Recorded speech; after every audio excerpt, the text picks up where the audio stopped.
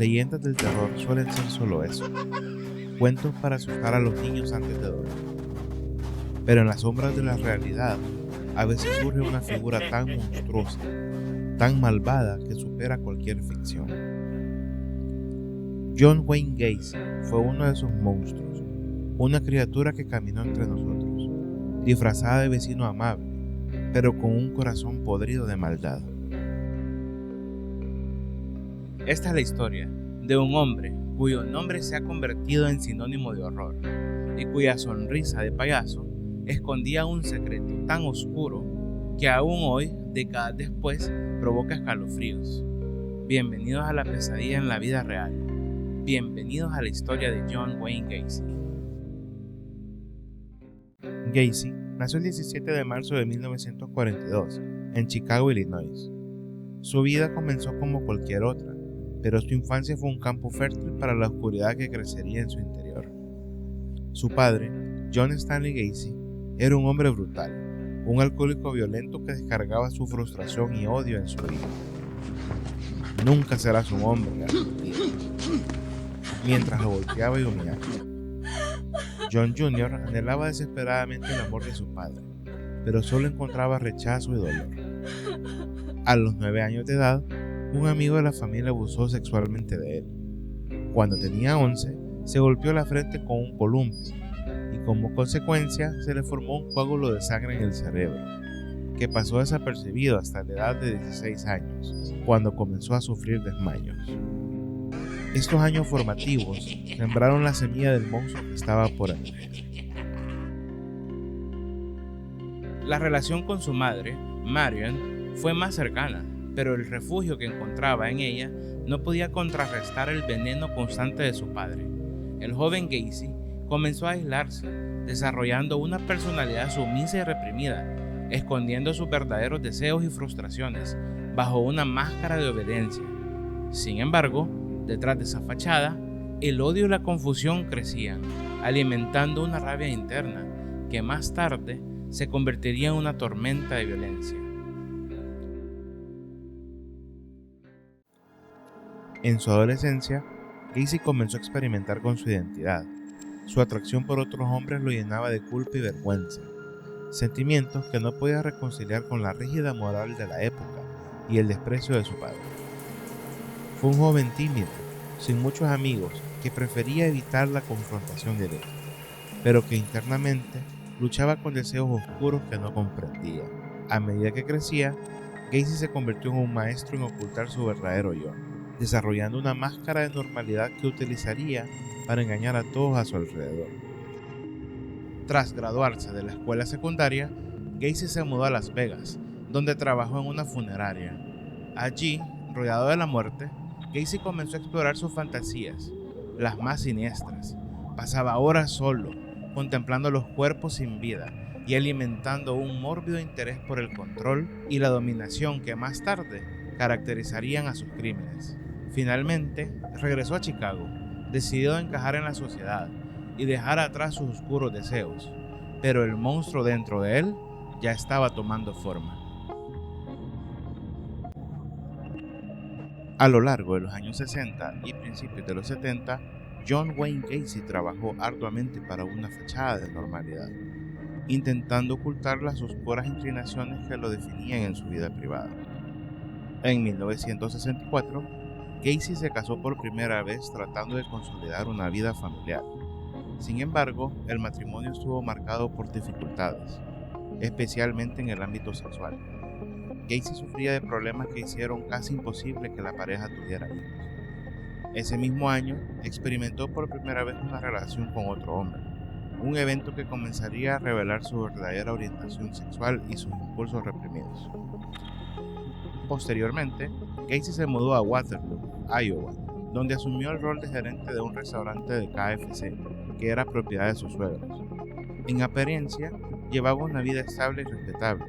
Sin embargo, en 1968, su vida tomó un giro drástico cuando fue arrestado por abuso de menores. La víctima, un joven hijo de un amigo de Gacy, había pedido un aventón y Gacy lo llevó a su casa, donde cometió el abuso. Fue declarado culpable y sentenciado a 10 años de prisión. Este escándalo condujo al fin de su primer matrimonio, ya que su esposa no pudo soportar la vergüenza y el dolor. Gacy tuvo 2 hijos con su primera esposa, que después del divorcio jamás lo volvió a ver en su vida. Aunque su condena inicial era 1 década, Gacy fue liberado a los 18 meses, debido a su buen comportamiento. En prisión, fue incluso premiado por su conducta ejemplar, lo que le permitió salir mucho antes de lo esperado. Tras su liberación, Gacy regresó a Illinois, donde, increíblemente, logró ocultar su historial criminal con éxito. Reinsertado en la sociedad, comenzó una nueva etapa de su vida. En 1971, Gacy compró una casa en un barrio tranquilo cerca de Norwood Park, un suburbio de Chicago. Allí, estableció su propia empresa, PDM Contractors, una compañía de construcción que le permitió presentarse como un empresario exitoso. En 1972, Gacy se casó nuevamente, esta vez con Carol Huff, una mujer con 2 hijos de un matrimonio anterior. La familia se mudó a la casa de Gacy, donde vivieron hasta que el matrimonio se desintegró en 1976, cuando Carol decidió divorciarse debido a la creciente tensión y el comportamiento extraño de Gacy.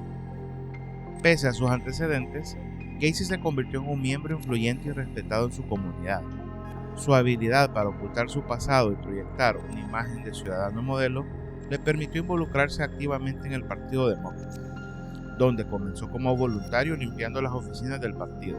Con el tiempo, ascendió a las filas del partido llegando a ser vocal de mesa, lo que le permitió tener conexiones políticas y una apariencia de respetabilidad. Uno de los aspectos más inquietantes de su vida pública fue su afición por vestirse de payaso. Gacy creó un alter ego llamado Pogo el Payaso y se disfrazaba para entretener a niños en hospitales y en fiestas de la comunidad. Con su sonrisa pintada y colorido atuendo, Pogo se convirtió en un símbolo de alegría para muchos, sin que nadie sospechara que detrás de esa máscara se escondía un asesino en serie. Esta obsesión con los payasos se extendía hasta su hogar, donde Gacy coleccionaba cuadros que él mismo pintaba, representando rostros de payasos sombríos y perturbadores.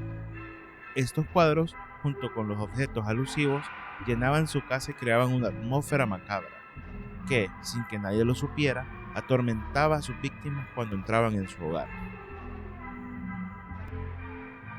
La capacidad de Gacy para manipular a quienes lo rodeaban, presentándose como un hombre de negocios exitoso, un miembro activo de la comunidad y un payaso caritativo, permitió que sus crímenes permanecieran ocultos durante años.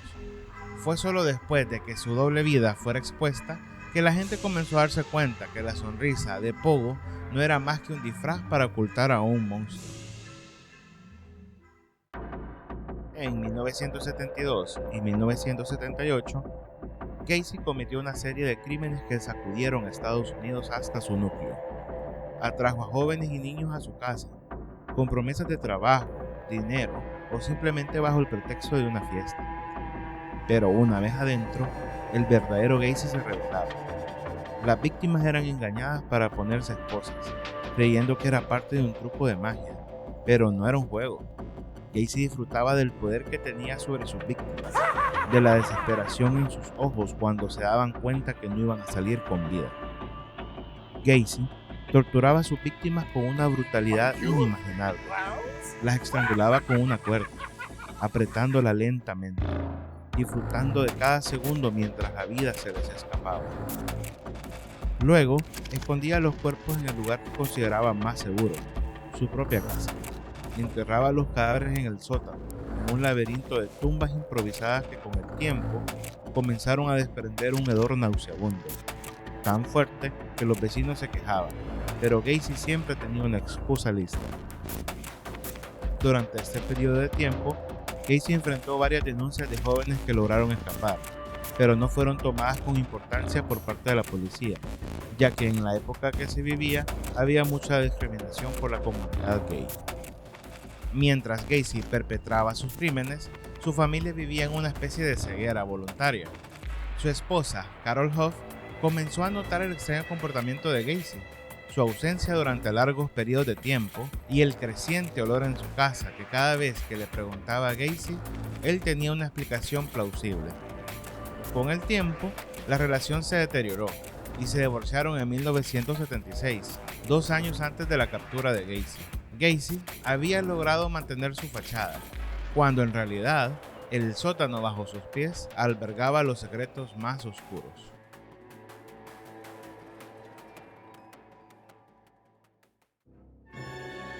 La captura de John Wayne Gacy comenzó con la desaparición de Robert Piest, un joven de 15 años que fue visto por última vez en compañía de Gacy el 11 de diciembre de 1978. Robert trabajaba a medio tiempo en una tienda de comestibles en Des Plaines, Illinois, donde aquella tarde rutinaria se presentó una oportunidad inesperada. Un contratista había llegado a la tienda para ofrecer un presupuesto de renovación, y Robert, entusiasmado con la idea de conseguir un empleo en la construcción, corrió tras Gacy, creyendo que podría asegurar un puesto. Antes de salir, Robert le comentó a su amiga y compañera de trabajo, la cajera de la tienda, que iba a hablar con Gacy sobre un nuevo empleo. Un par de horas más tarde, la madre de Robert llegó a la tienda. Era el cumpleaños de ella, y la familia tenía planes de celebrarlo juntos. Al no encontrar a su hijo y preocupada por su ausencia, la madre comenzó a buscarlo por la ciudad, junto con otros familiares, recorriendo cada rincón durante toda la noche. Robert era muy querido por su familia, por lo que su desaparición repentina generó una gran angustia. A la mañana siguiente, tras no haber logrado encontrarlo, la familia acudió a la policía. Inicialmente no hubo sospechas sobre Gacy. Sin embargo, el 12 de diciembre de 1978, la policía comenzó a investigarlo, después de recibir el reporte de la desaparición de Robert. Los detectives supieron que Gacy había sido la última persona vista con Robert, quien se dirigía a una supuesta entrevista de trabajo en la casa del contratista. Y teniendo en cuenta su pasado criminal, no dudaron en citarlo para declarar. Cuando Gacy fue citado a declarar, alegó que un familiar había fallecido en otra ciudad y por lo tanto no podía presentarse de inmediato. Insistió que los agentes mostraran compasión por su pérdida. A pesar de que no quería, Gacy apareció en la estación de policías en las primeras horas de la mañana, conduciendo un coche cubierto de barro. Eran las 3 de la madrugada de una fría noche de invierno, cuando llegó a la comisaría, solo para enterarse de que el investigador a cargo se había marchado. Gacy prometió regresar al día siguiente, pero en su declaración insistió que no tenía nada que ver con la desaparición de Robert. La policía obtuvo una primera orden de cateo para registrar su propiedad, ubicada en Norwood Park, pero no lograron encontrar a Robert.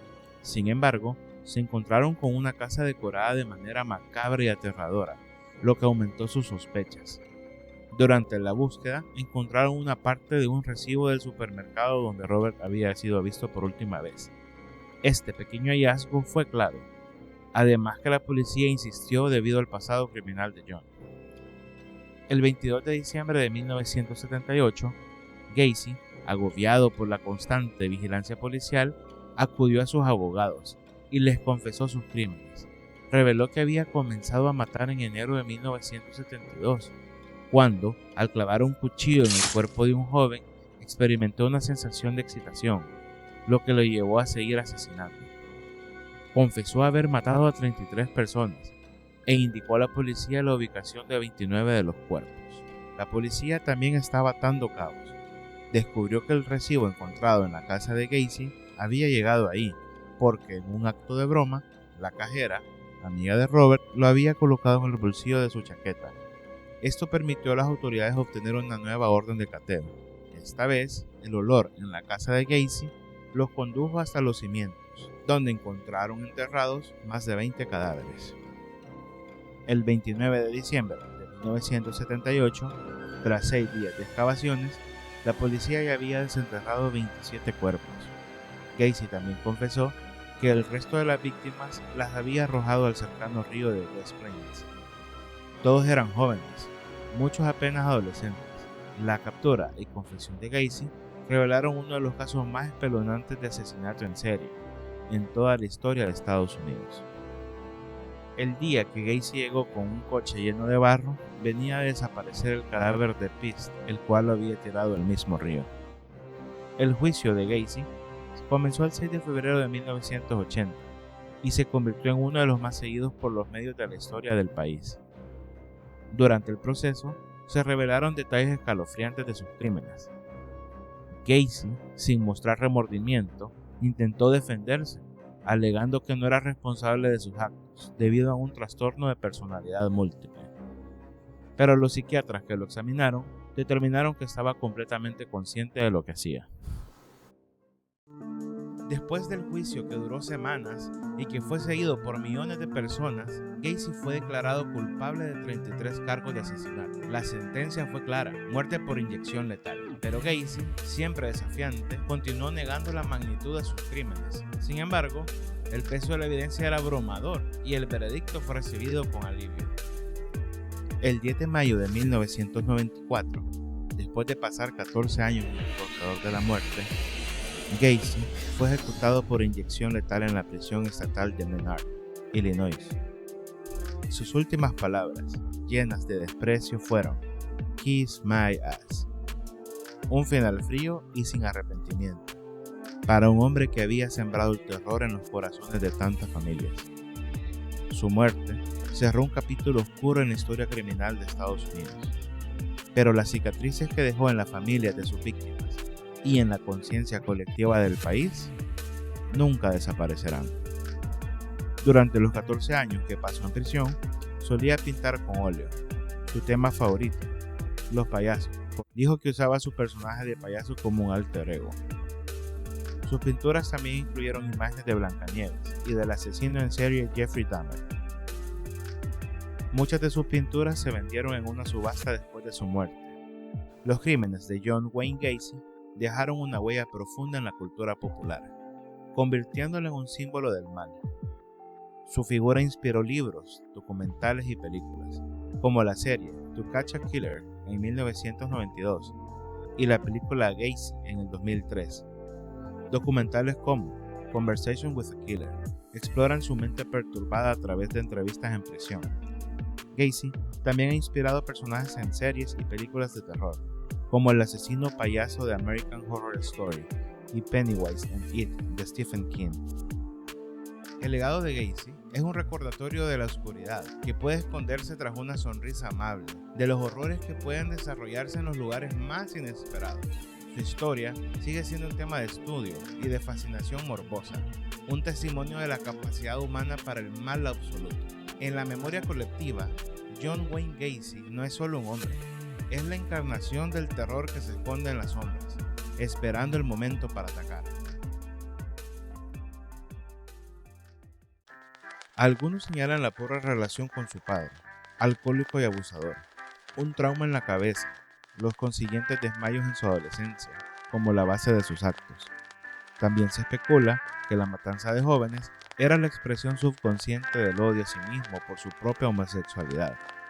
A menudo declaró que se desinhibía en el momento del sexo. De todos modos, sus víctimas fueron mayoritariamente hombres heterosexuales, y el atributo común entre ellos era la juventud. John Wayne Gacy, alias Pogo el Payaso, fue más que un asesino en serie. Fue un monstruo que caminaba entre nosotros, escondido a plena vista. Su historia es una advertencia sobre el mal que puede acechar a cualquier rincón de la sociedad, bajo la máscara de la normalidad. Aunque Gacy ha muerto, su nombre seguirá siendo recordado como uno de los más oscuros capítulos de la historia criminal de Estados Unidos. Un recordatorio de que el verdadero horror no siempre viene de la ficción, sino de la realidad que nos rodea.